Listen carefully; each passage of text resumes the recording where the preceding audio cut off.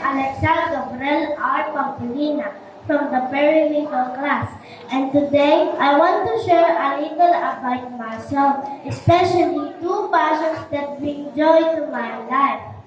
First is drawing.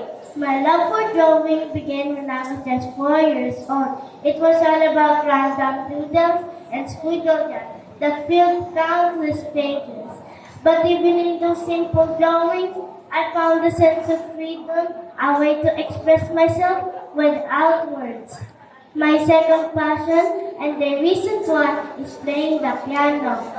I only started a year ago.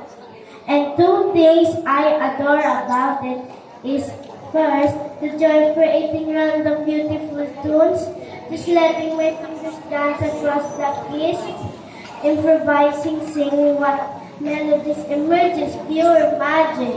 And second, the satisfaction of mastering a piece and performing it.